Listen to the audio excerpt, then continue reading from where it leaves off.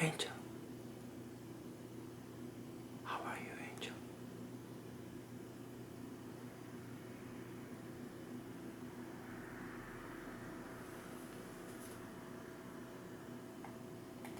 I'm going to do something that's unique. I don't think it's ever been done before. I'm going to be shutting down Muhammad tonight, and the Quran tonight, and Mecca. And I'm going to do it all three tonight using only evidence from the 7th century. From the century where this man lived, from the century where this book supposedly was revealed, and from the century where this city existed. So bear with me, that's an awful lot to shut down, and I've got to do it in 1 hour. So I'm going to ask that you don't look at me. I want you to look at the screens, because we're going to zip through this material. Put your pens down. You're not going to keep up. Stop talking to your neighbors. They'll probably be looking up here instead. And afterwards, because of the fact that it's going to take a whole hour and probably a little bit more to do this, I want to hear what your questions are, but I can't do it from here. So we're going to shut down the meeting, and then I'm going to come back out here in the front. And if any of you have questions you want to throw at me, please do. But before I do want to introduce some books that my good friend George Seg, who's in the back. When you go to the foyer, please look at this book. This is the book that really confronts the Quran. It's put by Abdullah Abd al-Fadi. The one that I'm going to be talking about is this book. That's going to be on later on in the talk today. This is the #1 book that has really shut down the manuscripts of the Quran. I'll be talking about some of the Muslim objections, but this is by Claire Tisdale. This has been around for 100 years. And I don't know why I'm supposed to flog this, because this is me going through the British Museum looking at the Bible as the alternative to the Quran. But this is a video, a DVD that helps you with that. So let's get right into the historical critique of Islam. A quick overview, emphasis on quick. So let's head on. What am I going to do? I'm going to look at 4 areas.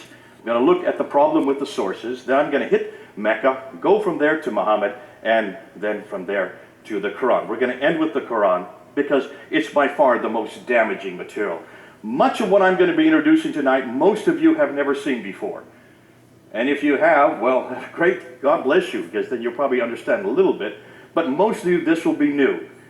What are the claims that the Muslims make concerning the standard Islamic narrative, S-I-N? Isn't that great? Sin. We're going to shut down sin tonight. The standard Islamic narrative are their traditions. This is what every Muslim needs to know. Though every Muslim, whether they are radical or nominal or liberal, how they walk, talk, eat, drink, sleep is dependent on those traditions, on the standard Islamic narrative. Now they all believe, every Muslim would believe that Muhammad was the last and greatest prophet, born in Mecca in 570, died in Medina in 632, modeled Islam as a paradigm for the whole world, and received the Quran as his final revelation. Therefore the Quran is his revelation, sent down between 610 and 632.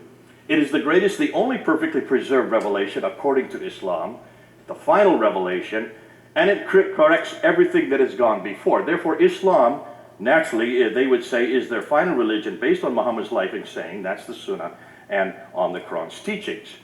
Conclusion? Well, obviously, they're dependent on 3 things: the book, the man, and the place.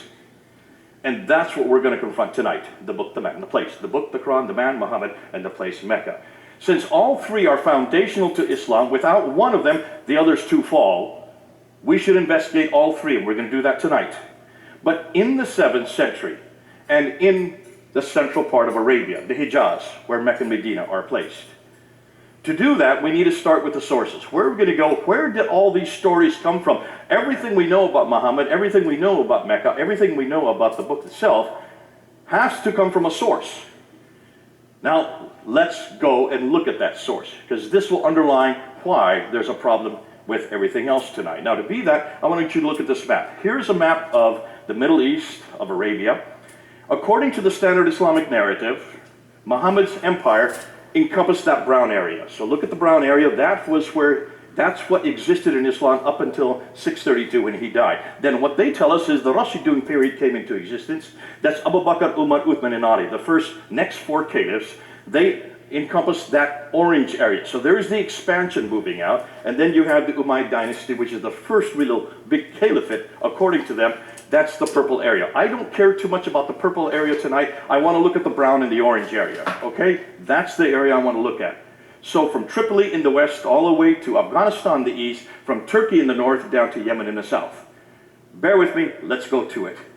Now here's what they say. This is their narrative. This is not my narrative. They say that Muhammad was born in 570. The Quran was revealed beginning in 610.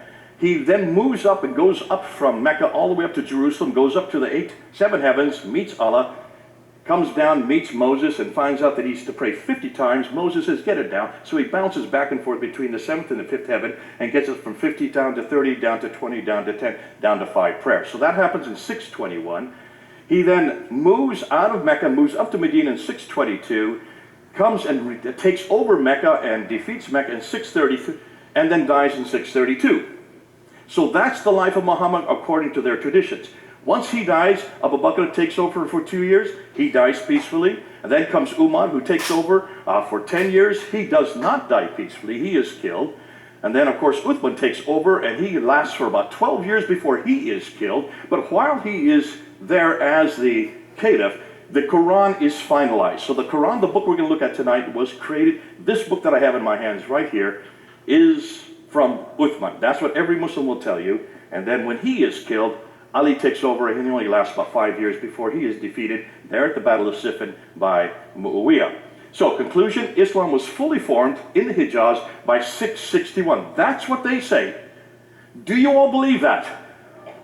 We'll say yes for now, okay? In about an hour, you can say no. But for now, let's just say yes. Go with me. Now, here's the question. Everything I've just told you, how in the world and where do you get it from? Well, you would hope that it comes from people that were actually living at that time, right?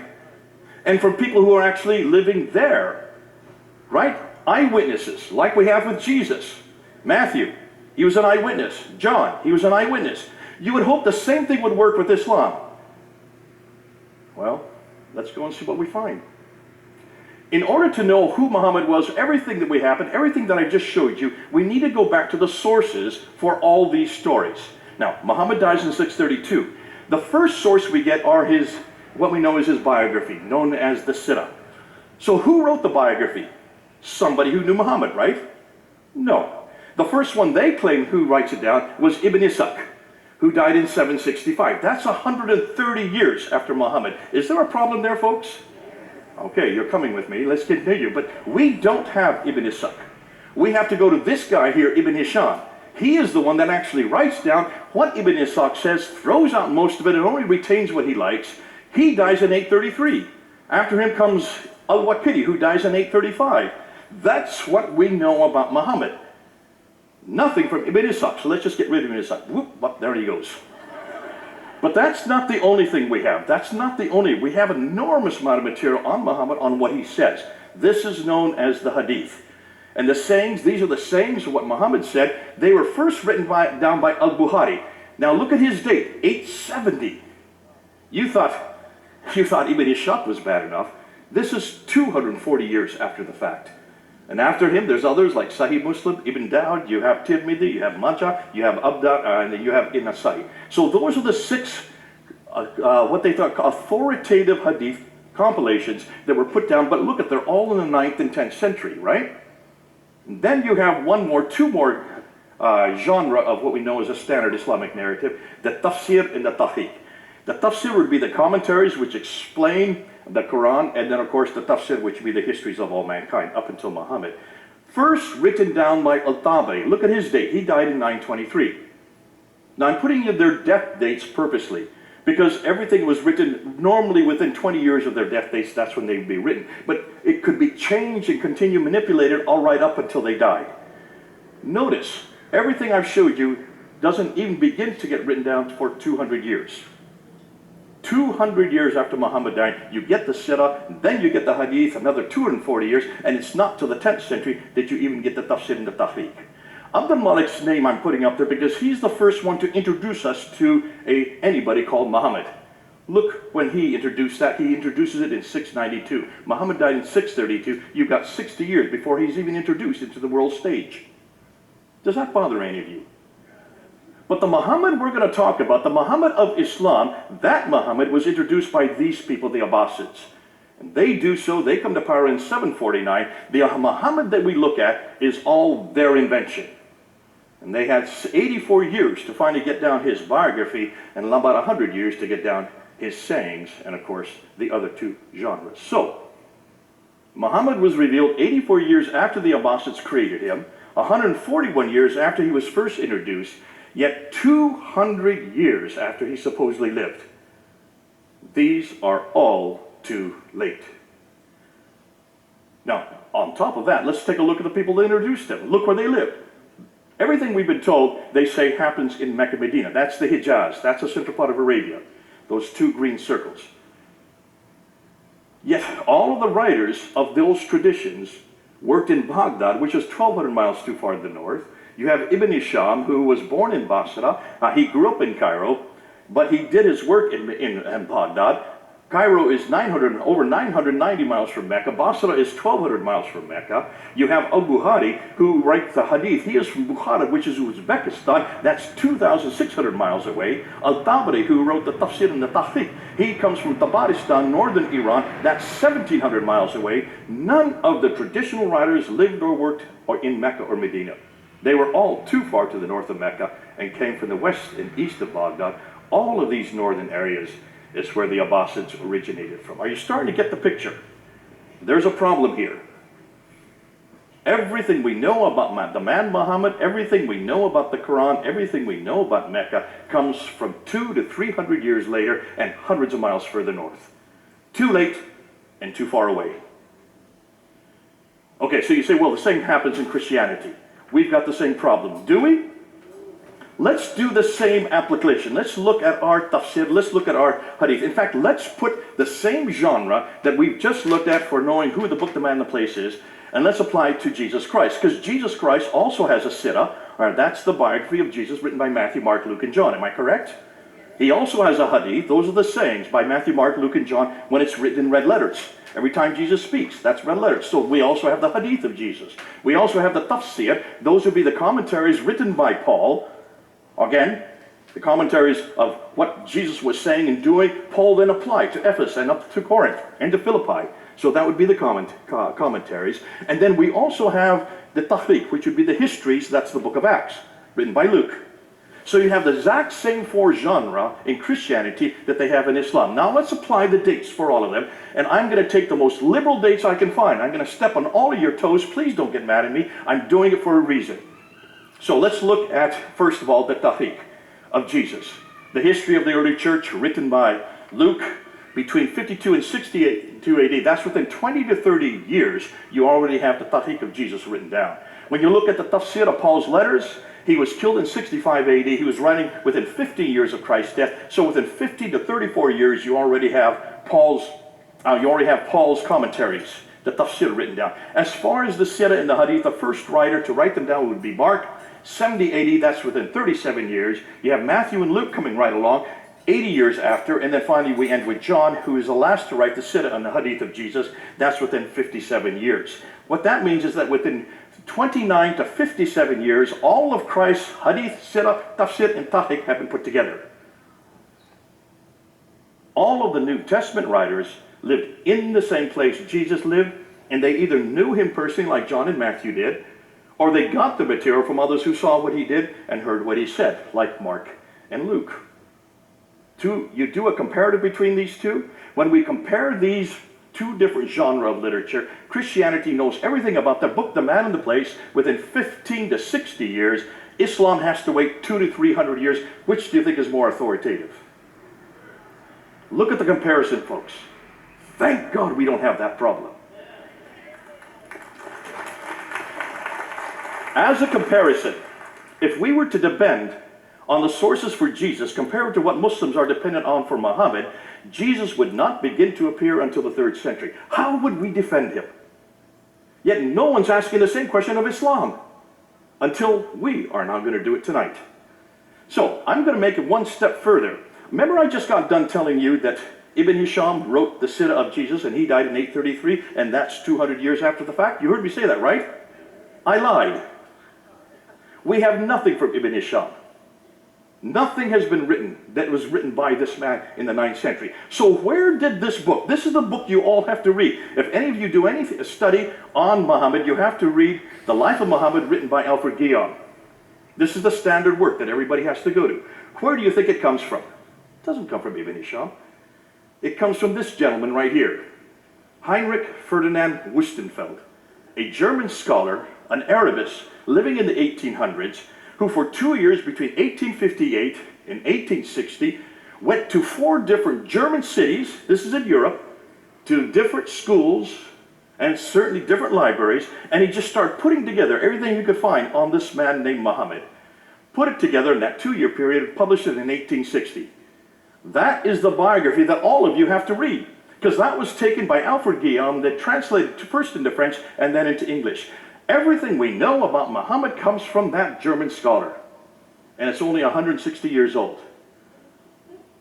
The man who Muslims are dependent on to know who their prophet is or what he did is an elderly German linguist who wrote Muhammad's story 160 years ago, thus over 1,000 years too late. Can you imagine how they're going to defend this? How, if there's any Muslims here, how will you defend your prophet now? Looking how late everything is concerning what he did there in supposedly the 7th century. You can see the dilemma for scholars today.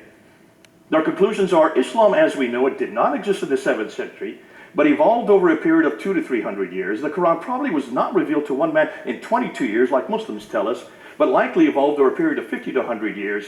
The conclusion, the history of Islam, at least from the time of the Caliph Abdul Malik, 685 to 705 and before, is a later fabrication.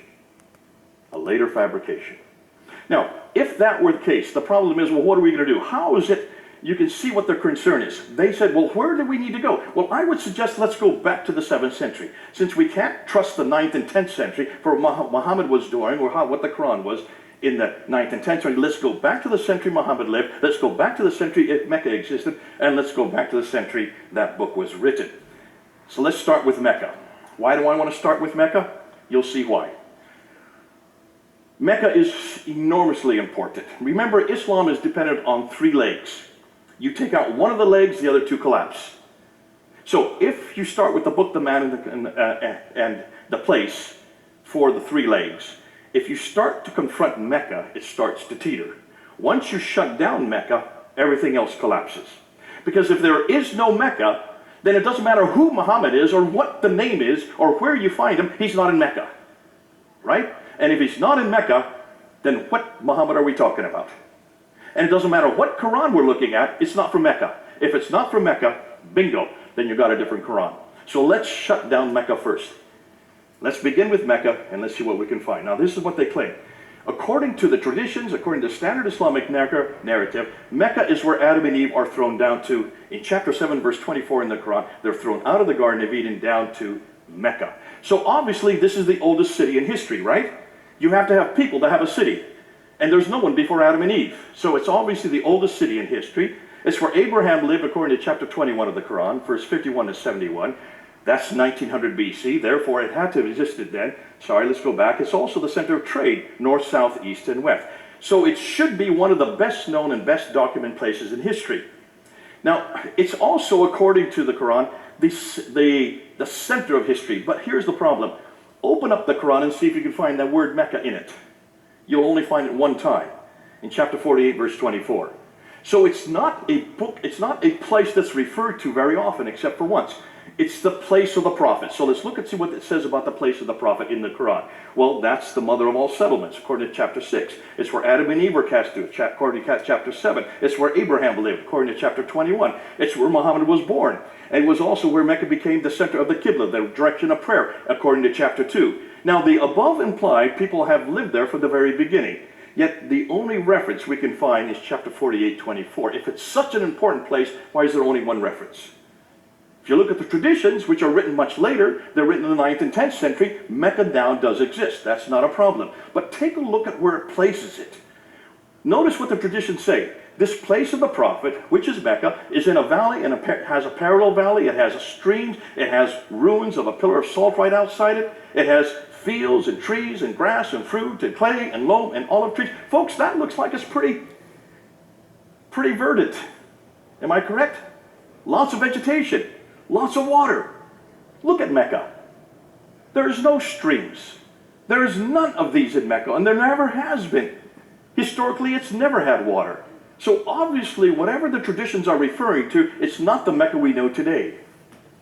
When you look and unpack the Quran, you look at it, you will notice that an awful lot of it refers to geographical locations. 65 geographical references, but only 9 places are named. And over again, it refers to these people from Ad. 23 times these people from Ad, that's the biblical Uz. 24 times the people from Tabun, that would be the Nabateans. That's 7 times the people from Midian. They're the Midianites. But take a look at the map and see where they're all placed. They're up in Jordan. Mecca is at the very bottom of the map. Do you see it down there? There's 600 miles. If this prophet were having daily contact with these people from Ad-Thamud in Midian, he'd have to have a helicopter or a jet to get up and back in 1,200 miles in just one day. They didn't have helicopters back then. Can you see a problem, folks? Obviously, whoever this prophet is who's having this relationship with all these people either had to live up there, or this is nothing more than fiction. When we look at the prophets, prophet after prophet, Adam and Eve, Seth, Ishmael, Noah, Hud, Saleh, Queen of Sheba, Daniel, they were all buried in Mecca. Over almost 300 prophets are buried in Mecca. Now, when they're buried in a kneeling position so that they continue to be preserved in that kneeling position. If that were the case, then they still should be there today. Am I correct? So look at all the enormous amount of building that's going on around Mecca. That building that you see there, that tower, is the 4th highest building in the world. When you look at it, you will notice all the buildings around it. You have to have huge foundations in order to build something that high. As they're building these foundations, they should have come across one prophet. They haven't found one, suggesting that none of these prophets were buried there.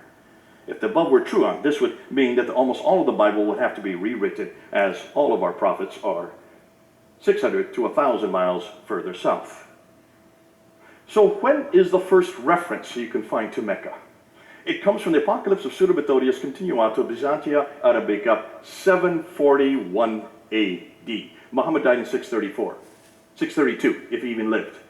That's over 100 years later that we get the first reference of it. What about the maps? Is Mecca on any map? Ptolemy is the best source to go to because he wrote the geography of Arabia, and there are those who've taken his geography and put maps together, like Leonhard Holle in 1400s. Notice when you look at the map, Mecca is not there. Here's another one put together by Laurent Fries in 1541. Notice Mecca is not there as well. Here's another one putting what Ptolemy said, put together in 1571, put together by Sebastian Munster. Same problem. Mecca just doesn't exist on any of these maps. Here's a 7th century map that has been redacted back to the 7th century. Did you see Mecca on it? I don't. Here's another one, redacted back to the 7th century. Can you find Mecca on any of these maps? Not one. So certainly Ptolemy didn't know about this place. When you look at the Qiblas, these are all the direction of prayers. Now remember, in chapter 2 of the Quran, all the Qiblas were directed to Mecca according to the Quran itself.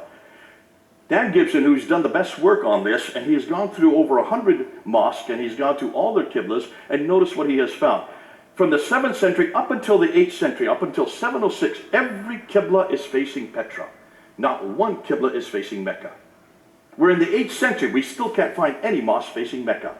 It's not till 715 that the first mosque faced Mecca. What does that tell you? For 100 years, they never knew where Mecca was. And in fact, look where all these Qiblas are. They're right there in Medina, in China, in India, in Syria, in Egypt, in Israel, in Jordan, all over the world. And yet none of them seem to know where Mecca was. For over 100 years, they didn't know where Mecca was. Were they that inept? Or did Mecca even exist?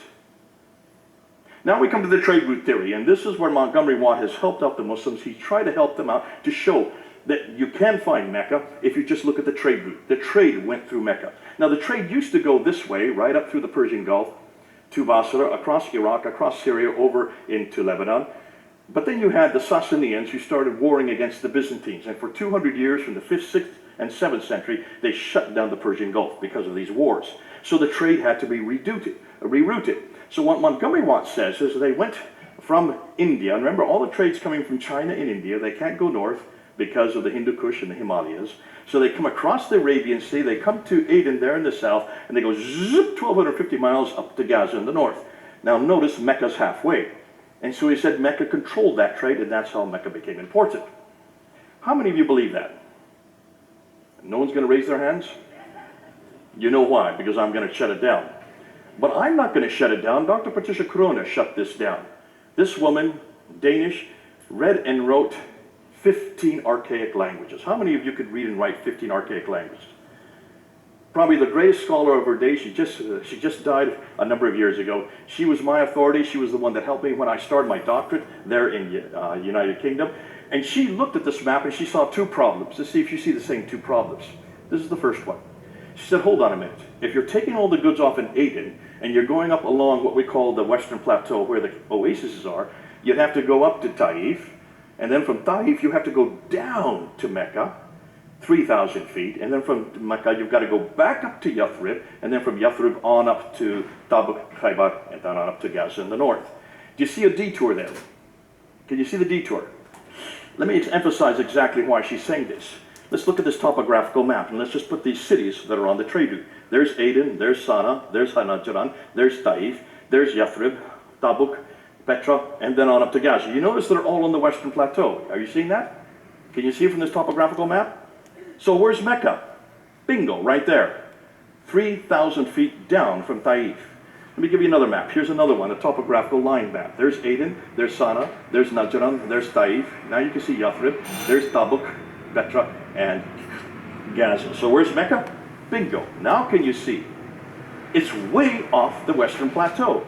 It had no water. Why would you go from Taif down 3,000 feet to a city or a place that had no water and no food for your camels, and then come back up 3,000 feet to get up to Yathrib? So that was the first problem. But here's the second problem. She said, why in the world would they even get their material off in Aden and go 1,250 miles by land when they have a waterway on the left? Why wouldn't you just stay on ship? Even today, look how all our goods are sent all over the world. They're sent by ship, are they not? It's the cheapest way to send anything. And you've got the Red Sea there on the left. So why didn't they go on the Red Sea? Now she's clever because she reads and writes 15 languages. She went back to all the trading documents from the 2nd, 3rd, 4th, 5th, 6th, all the way up to the 7th century, something no Muslim has ever done. And she wrote a book called Meccan Trade and the Rise of Islam in 1987 and got death threats because of what she found. This is what she found. She said, when you go and watch the trade, it comes across the Arabian Sea over to Aden. Yeah, it did stop in Aden. They would get provisions there. But it did stop there. They wouldn't take off any goods there. They would go up into the Red Sea. They would go to Agilis, and she found Agilis over and over again. And then from Agilis, went up the Red Sea, on up to Petra, and then from Petra to Gaza, and then from Gaza right across the Mediterranean world. That's what she found. But she didn't go far enough. That was in 1987. We have found something else. See, what she didn't realize is what part of the Red Sea and what side of the Red Sea did they go up? To do that, you need to look at topographical maps from space, and you need to see where the channels are. Do you see the dark blue line there, right in the middle of the Red Sea? There, I'm going to put a red line on it so you can see it even better. That's where the big ships go today. But back in the 7th century, they didn't have big ships. So where did they go? They went where the orange lines are, the golden lines. Those are the channels that the boats use. Notice they're not on the Arabian side, they're on the African side. Am I correct? So, unlike the East Arabian shore, which was arid and dry with no fresh water and thus few people, the West